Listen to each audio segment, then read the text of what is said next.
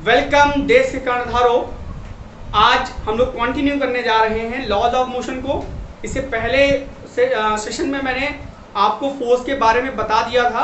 आज हम लोग Newton first law of motion start करने जा रहे हैं और उसके साथ में इनर्शिया समझने जा रहे हैं। ठीक है, तो आज Newton first law of motion पहले स्टार्ट करेंगे और उससे पहले कुछ क्वेश्चंस हैं आपके लिए, आप उनका आंसर खुद सोचिए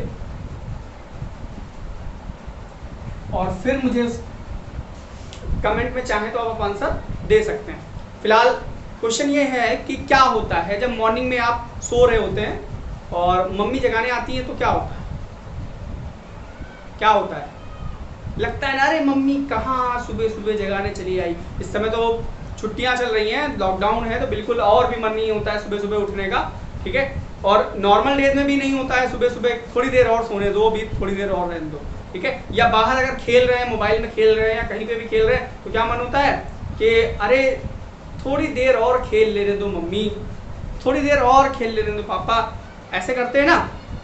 क्या होता है ऐसा, अपने अंदर वो जो चीजें हैं ना उनको चेंज करने का मन नहीं करता आपका, है ना, बिल्कुल मन ही नहीं करता कि हाँ हम सो रहे हैं, फर्जी में आके जगा दिया हमें, खेल रहे हैं, पता नहीं क्यों डिस्टर्ब करना रहता है इनको। ये सब क्वेश्चन दिमाग में आते हैं। वैसे ही जब हम जो हैं, हम लिविंग थिंग हैं, हमारे अंदर ऐसे क्वेश्चन आते हैं, तो सेम चीजें जो होती हैं वो नॉन लिविंग थिंग के साथ भी होती है। सेम चीजें जो होती है नॉन लिविंग थिंग के साथ भी होती है। जब मन हुआ तब उनको उठा देते हैं, चल रही है कोई चीज तो उसको रोक देते हैं, तो उनके मन में भी सारी चीजें आती हैं और वो भी इस चीजों को रजिस्ट करते हैं। अब आई बात समझे, वो भी इन चीजों को क्या करते हैं, रजिस्ट करते हैं, कोशिश करते हैं कि वो चेंजेस उनके अंदर ना हो। ठीक है, तो इस तरीके की चीजें जो है वो न्यूटन लॉज ऑफ मोशन से ही डिफाइन की जाती हैं। ठीक है, न्यूटन ने ये जो लॉज हैं बिल्कुल आप समझ लीजिए कि नेचर पे पूरी तरीके से एप्लीकेबल हैं। ठीक है, जैसे आप सो रहे होते हैं, बिस्तर पर पड़े हैं, तो आपको कोई अगर हिला रहा है तो आपको बिल्कुल मन नहीं करता है कि हाँ उठ जाए हम। ठीक है, वैसे अगर कोई ऑब्जेक्ट रखा हुआ है, कि मान लीजिए डस्टर है, ठीक है, ये रखा हुआ है, तो ये इसको जब उठाते हैं तो इसको भी मन होता है कि हाँ नहीं करना है, ये बिल्कुल अपने आप पड़ा रहता है। जब तक इसको कोई उठाए ना तब तक उठना ही नहीं है इसको, ये भी बेशरम है। ठीक है, जब कोई बॉडी चल रही, कोई स्पेस में कार चल रही है, मान लो कहीं पे जमीन पे कार अगर चल रही है, अगर कोई फोर्स ना लगे उसके ऊपर तो क्या होगा, वो चलती रहेगी जब तक उसके ऊपर उसको रोका ना जाए। आप खेल रहे होते हैं, खेलते रहेंगे, आपको रुकने का मन ही नहीं होगा।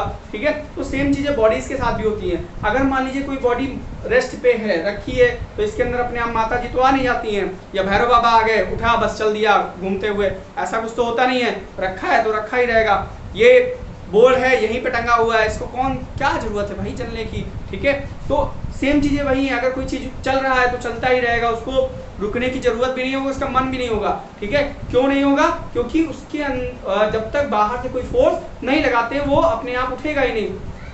ठीक है, तो सेम जो जितनी भी चीजें मैंने बताई हैं, बस इसी को आप एक समराइज कर लीजिए, आपका Newton first law of motion आ जाएगा। मतलब मैंने Newton first law of motion आपको बहुत बता दिया है, बस केवल आपको समराइज करना है। समराइज कैसे करेंगे, देखिए, अगर कोई बॉडी रेस्ट पे है, मतलब रखी है, तो वो रखी रहेगी, डस्टर रखा हुआ है, जब तक हम इसको उठाएंगे नहीं तब तक वहीं पे रखा हुआ है। कोई बॉडी अगर रेस्ट पे है तो वो रेस्ट पे रहेगी। ठीक है, if a body is at rest, statement सुन लीजिए, आपको लिखना होगा इसको। If a body is at rest it will continues its state of rest, मतलब वो अपनी रेस्ट की पोजीशन पे रहेगी। If a body is in motion, अगर बॉडी मोशन में है तो मोशन में रहेगी, it will continues its state of motion until and unless, जब तक कि है बाहर से any external force is not applied on it। ठीक है, अंदर के फोर्सेस से वो कुछ नहीं करेगा जब तक बाहर से फोर्स ना अप्लाई किया जाए। ठीक है, तो क्या हुआ, पूरा स्टेटमेंट फिर से मैं बोल रहा हूं एक बार, पूरा ब्रेक करके नहीं।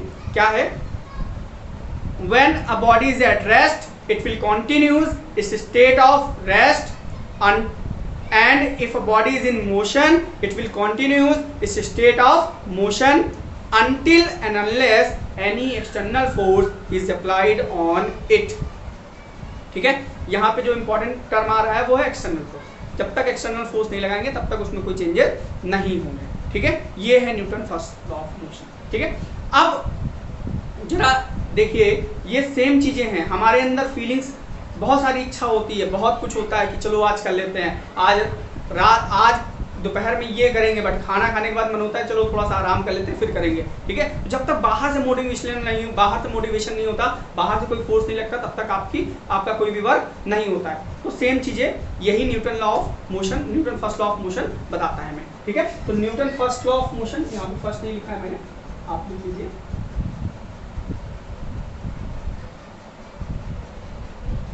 ठीक है, Newton first law of motion, ये आपको समझ में आ गया होगा, स्टेटमेंट भी मैंने आपको बता दिया है और आप समझ सकते हैं। अब देखिए, ये Newton first law of motion जो है, इसको लॉ ऑफ इनर्शिया भी कहते हैं।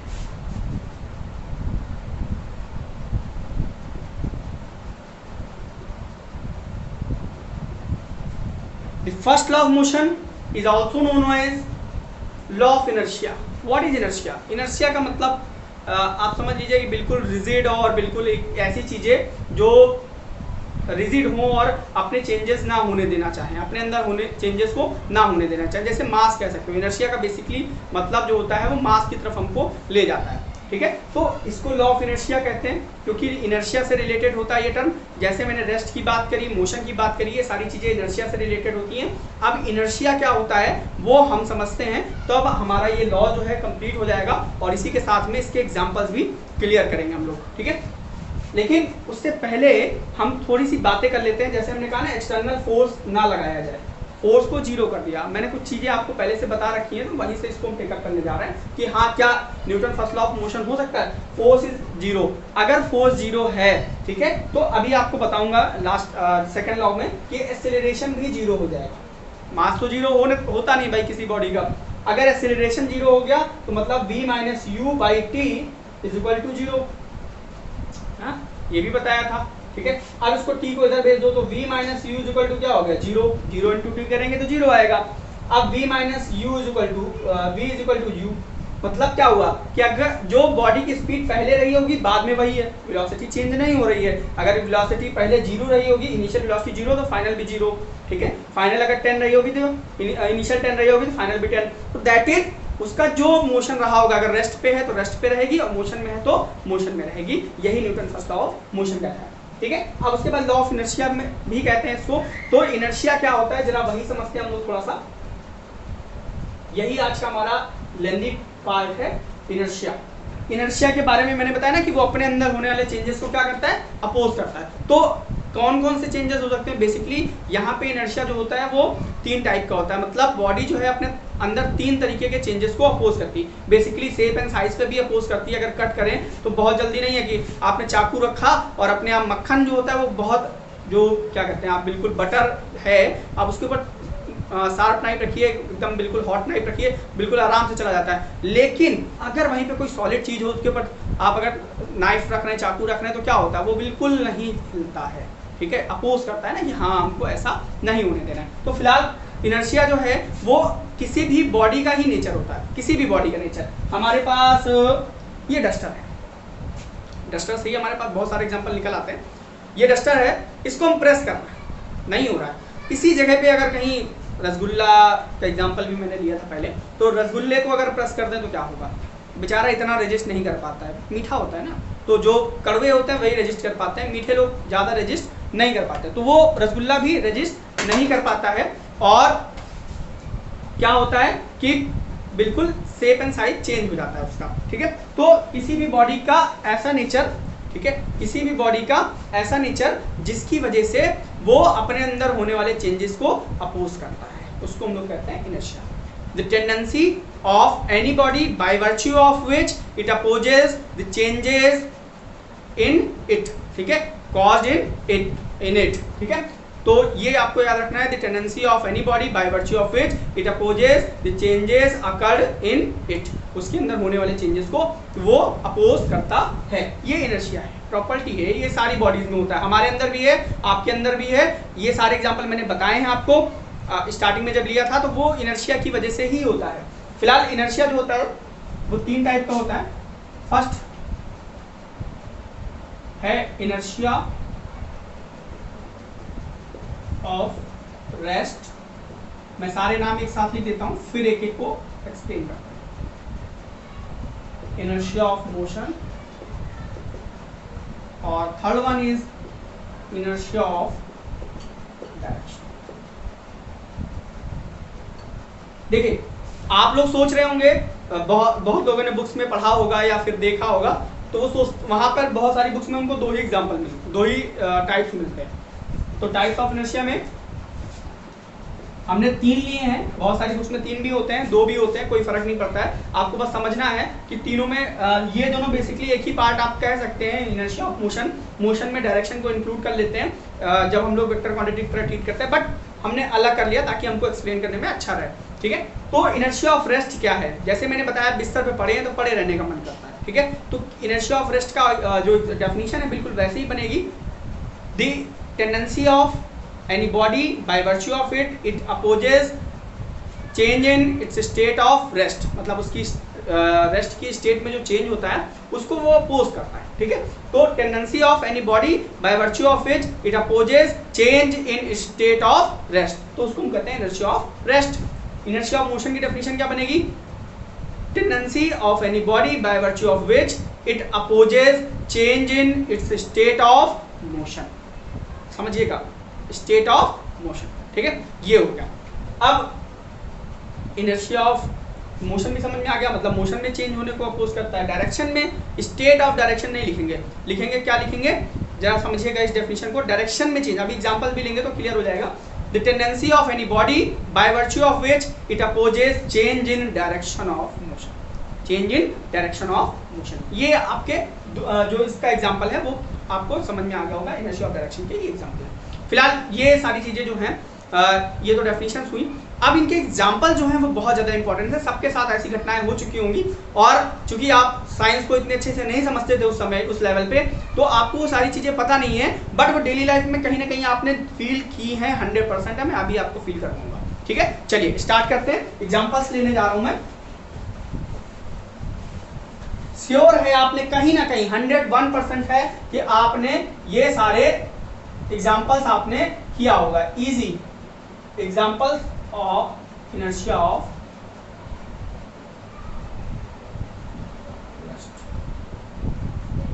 अच्छा स्टूडेंट्स, आपने ये इजी लिखा जाता है, बहुत बार आपने देखा होगा इजी लिख देते हैं। इजी का मतलब क्या होता है, इजी का मतलब सिंपल इजी वाला नहीं, इजी का मतलब होता है एग्जाम्पली ग्रेशिया। ये आपको लैटिन वर्ड है वहां से लिया गया है, एग्जाम्पली ग्रेशिया। इसको क्या कहते हैं, एग्जाम्पली ग्रेशिया, मतलब एग्जाम्पल दिया जा रहा है, एग्जाम्पल। तो इसके क्या है, इनर्शिया ऑफ रेस्ट के एग्जांपल्स मैंने लिखे हैं। तो चलिए स्टार्ट करते हैं। नंबर, ठीक है, आप कभी ऐसा हुआ है कि आप बैठे हुए हैं और ऐसे बैठ के दोस्तों के साथ मस्ती कर रहे हैं, कार में बैठे हैं, बस में बैठे हैं, कहीं पे भी बैठे हैं, और अचानक कार या बस चल दे, स्कूल बस अक्सर होता होगा, और ड्राइवर ने आपको बताया नहीं कि सब लोग समझो, और कार चल दी, ठीक है। तो क्या होता है, या ट्रेन में बैठे हैं तब भी होता है, क्या होता है, ऐसे ऐसे हो जाता है ना, ऐसे, ठीक है। तो क्यों होता है, ये फर्स्ट एग्जांपल है। When a vehicle suddenly start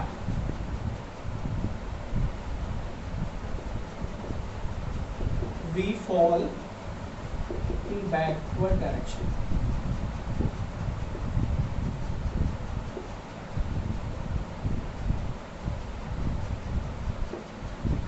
ये फर्स्ट एग्जांपल, ठीक है। तो इसको समझते हैं क्या क्यों होता है, इसमें न्यूटन लॉ कहां से आ गया, न्यूटन लॉ कहां से आ गया। देखिए इधर मैं एग्जांपल लिख रहा हूं समझाने के लिए। जैसे ये है, मान लो ये पर्सन है, मैं पूरा नहीं बना रहा हूँ, पर्सन के दो पार्ट कर देता हूँ मैं, जैसे ये टांगे हैं। अब ये सोचेंगे सर आपका मेरी ड्राइंग थोड़ी सी अच्छी नहीं है, बट कॉन्सेप्ट आपको समझ में आना चाहिए, फिर मैं ऐसा, ये सीट है, ठीक है। होता क्या है कि जब आप बैठे हुए हैं तो आपकी पूरी बॉडी रेस्ट पे है, अपर पार्ट और लोअर पार्ट, दो पार्ट आपकी बॉडी के हम मान लेते हैं। कमर के नीचे का जो हिस्सा है वो आपका लोअर पार्ट हो गया, और कमर के ऊपर का जो हिस्सा है वो क्या हो गया, आपका अपर पार्ट हो गया। तो वहां पे क्या होता है, जैसे ही कार या बस जैसे स्टार्ट करती है, जो आपका लोअर हाफ पार्ट होता है वो टच में होता है उसके बेस के, जो आपका बेस होता है ना कार या बस का, उसके टच में होता है। और अपर हाफ पार्ट क्या होता है, वो उसके टच में नहीं होता है। उस समय क्या होता है, जब लोअर हाफ पार्ट मूव कर जाता है, मतलब ये वाला पार्ट आगे बढ़ गया, ठीक है, तो ये बस का जुड़ा हुआ हिस्सा है ना सीट से, ये भी तो आगे बढ़ेगा, लेकिन ये हिस्सा क्या चाहेगा, भैया हम बैठे हैं, हमको मत हिलाना, ऐसे कहेगा ना, ऐसे सोचेगा और वो नहीं हिलना चाहेगा और सावधान नहीं रहेगा, अचानक पीछे से जाएगा और बहुत तेजी से आपका सर पीछे लगेगा, ठीक है, अगर आप संभले नहीं तो, ठीक है। तो ये रीजन होता है, क्यों? इनर्शिया ऑफ रेस्ट की वजह से, क्योंकि हमारा लोअर पार्ट तो मोशन में आ जाता है लेकिन अपर पार्ट अपनी जिद में रहता है इनर्शिया ऑफ रेस्ट की वजह से। उसकी आदत है ना कि जिस स्टेट में है वैसे ही बने रहेंगे, तो ये अपनी आदत की वजह से मजबूर है और ये आगे नहीं बढ़ना चाहता, इसकी वजह से ये पीछे से जाके टकरा जाता है और आपको पता ही है क्या होता है। ये पहला एग्जाम्पल था। दूसरा,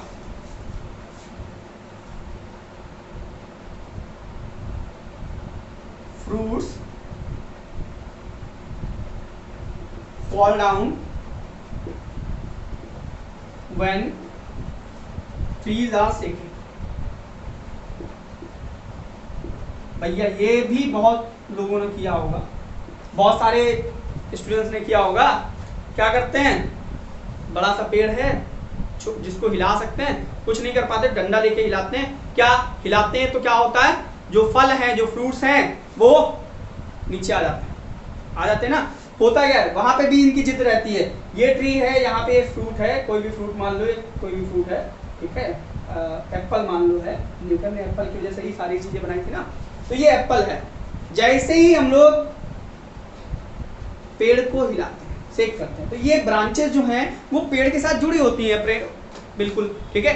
तो ये ब्रांचेस जो होती हैं वो तो मोशन में आ जाती हैं, लेकिन जो फ्रूट्स होते हैं वो जिद्दी होते हैं। न्यूटन किसकी वजह से, इनर्शिया ऑफ रेस्ट की वजह से। जब ये जिद्दी होते हैं बेचारे, तो क्या करते हैं, ये अपनी जगह से हिलना ही नहीं चाहते, और जब ये ट्री हिलती है तो ये अपनी रेस्ट पे रहने की कोशिश करते हैं, और जैसे ये हिलता है यहाँ से ये टूट जाते हैं मोशन में आने की वजह से, और ये इनर्शिया ऑफ रेस्ट की वजह से अपनी जगह पे रहना चाहते हैं। तो जब ये अपनी जगह पे रहना चाहते हैं, वहां से जब पेड़ हिलता है तो वो टूट जाते हैं। अब टूटेंगे तो न्यूटन अंकल बता के गए हैं कि कोई भी चीज हवा में नहीं रुक सकती, धरती माँ उनको तुरंत अपनी गोद में बुला लेती है। जैसे ही छोड़े, वहां से छूटेगा, वैसे ही धरती माँ के पास आके गिरेगा, ठीक है। धरती माँ अपनी गोद में इसको बुला लेंगी, ठीक है। तो इसका एग्जाम्पल्स आप लिखना चाहें तो कैसे लिखेंगे, when trees are shaken the branches of trees will become in motion but fruit are always remain in rest due to inertia of rest. So fruit break down from the tree and it is the fruit fall down on the ground due to gravitation of the earth. ये आपको लिखना जरूरी है ताकि पता तो चले क्यों नीचे गिर रहा है, ठीक है। अब थर्ड वन है carpet are beaten for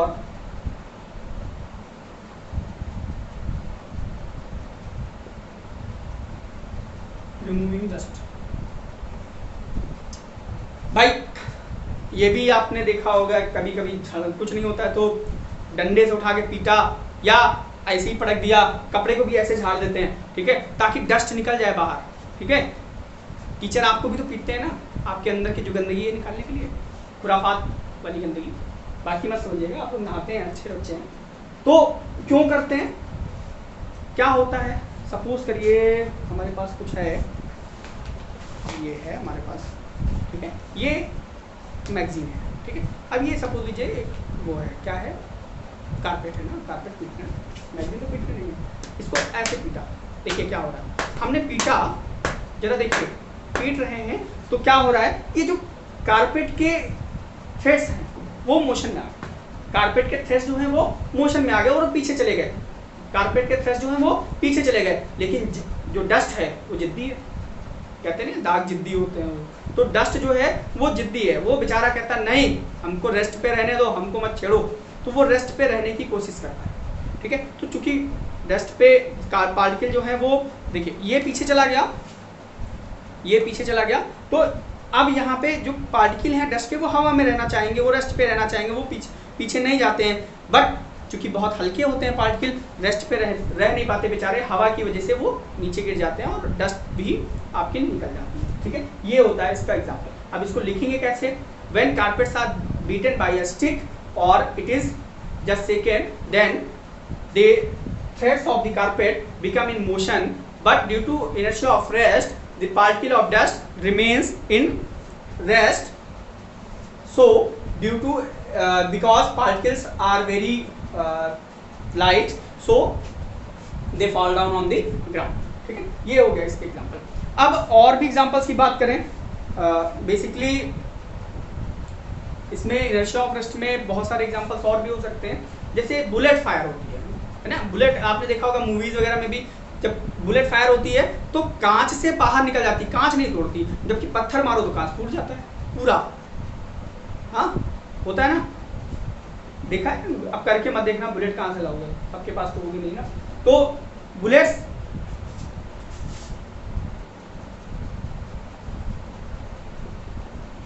causes hole in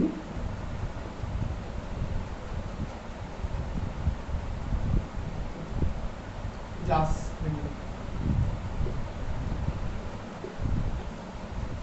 तो क्या होता है, जो ग्लास के पार्टिकल होते हैं वो बेचारे रेस्ट पे रहना चाहते हैं, वो नहीं चाहते कि हम मोशन में आए। जैसे बुलेट आती है तो जितने एरिया से जाती है उतने एरिया को, रास्ते को साफ कर देती है, बाकी due to inertia of rest वहीं पे रहना चाहते हैं और छेद हमारा बन जाता है। बट ईंटा जब आता है तो उसका जो आपका स्टोन होता है वो पूरा इम्पैक्ट डालता है, जिसकी वजह से वो ज्यादा इफेक्ट डालता है, जबकि बुलेट की वजह से सिर्फ छोटा सा छेद होता है।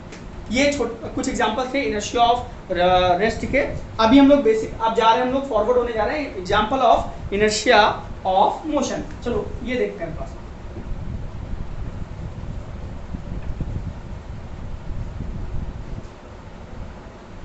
पहला एग्जांपल,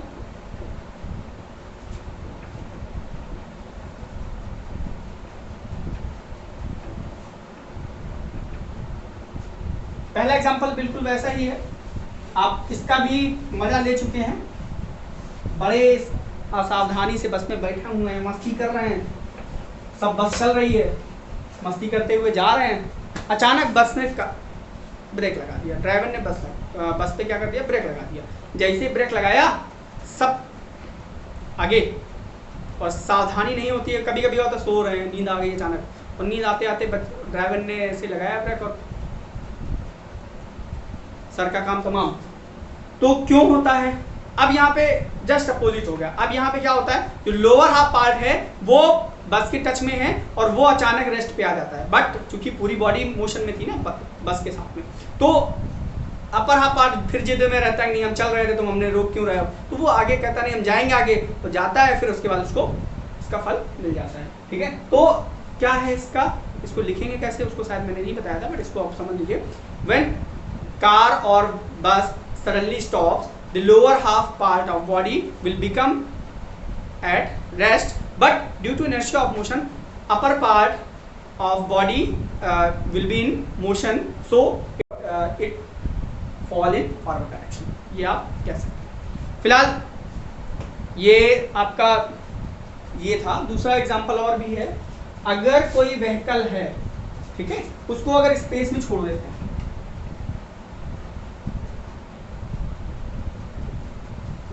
व्हीकल अगर स्पेस में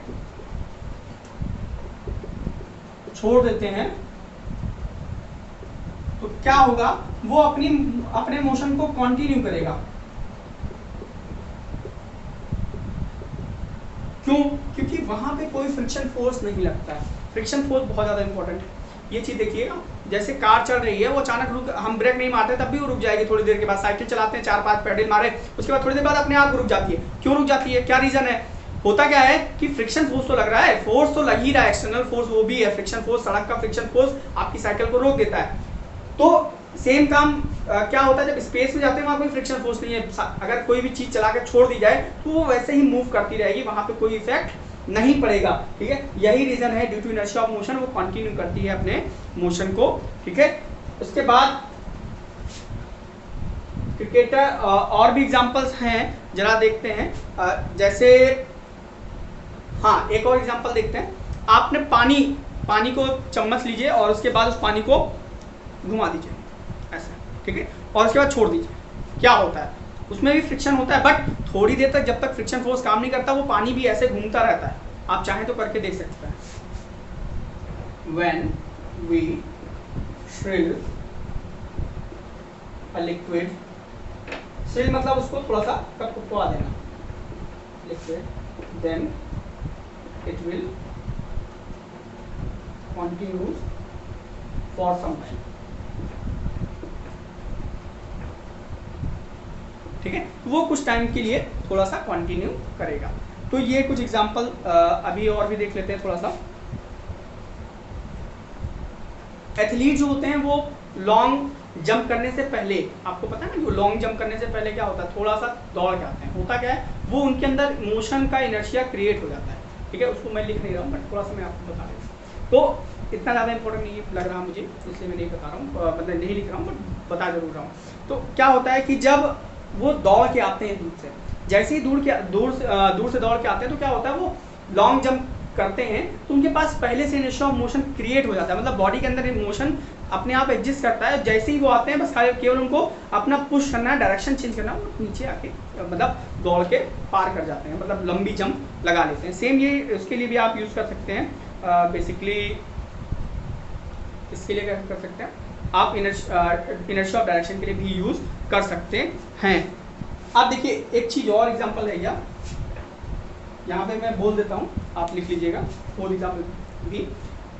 अगर कोई बॉल है उसको स्पेस में, अगर कोई चलती ट्रेन है, वो ट्रेन चल रही है, मूविंग ट्रेन में अगर कोई बॉल स्पेस में मतलब हवा में छोड़ते हैं, एयर में, तो वो बॉल सिर्फ सीधे हमारे हाथ में आती है, वो भी इनर्शिया ऑफ मोशन का एग्जांपल है। When we throw a ball in moving train it will back in our hand. ठीक है, ये due to inertia of motion होता है। अगर आप एग्जाम में कुछ नहीं समझ में आ रहा तो कम से कम उसका ये तो याद रखिए कि हाँ आपको क्या लिखना है। इनर्शिया ऑफ रेस्ट का एग्जांपल है, इनर्शिया ऑफ मोशन का एग्जांपल है, किस चीज़ का एग्जांपल है, ये चीज़ें आपको ध्यान में रखनी चाहिए। ठीक है, तो ये हो गया इनर्शिया ऑफ मोशन के डायरेक्शन एग्जांपल। अब इनर्शिया ऑफ डायरेक्शन के एग्जांपल तो समझना है। ठीक है, अच्छा इसमें एक चीज़ और ध्यान रखिएगा, इनर्शिया ऑफ डायरेक्शन मोशन में नहीं बताऊंगा, उसको डायरेक्शन में ले लेते हैं, कोई बात। तो इनर्शिया ऑफ डायरेक्शन के एग्जांपल, अच्छा इसमें भी डेली लाइफ में बहुत सारे एग्जांपल हैं भाई। कैसे हैं, क्रिकेट खेला है, हाँ खेला तो होगा सबने। क्या करते हैं, बैट का क्या यूज होता है भाई, बॉल आती है, बॉल ऐसे आई, डायरेक्शन चेंज की, मिड ऑन पे, फ्रंट पे, स्क्वायर लेग पे, बाउंड्री जो है ऐसे लगाते हैं ना अलग अलग डायरेक्शन में, तो डायरेक्शन चेंज करते हैं। तो क्या करते हैं, बैट से बॉल आई, हमको कुछ नहीं करना है, अगर फास्ट बॉलर है तो बहुत क्या होता है, बस बैट से डायरेक्शन को चेंज किया, हेलीकॉप्टर शॉट लगाया, बॉल बाउंड्री बाहर। ठीक है, तो वो डायरेक्शन चेंज करते हैं। क्या होता है, जब तक बाहर से फोर्स नहीं लगाएंगे उसकी डायरेक्शन नहीं चेंज होगी। फास्ट बॉलर ने बॉल फेंकी तो वो सीधे आपकी तरफ ही आएगी। ठीक है, तो cricket bat use for changing direction of ball.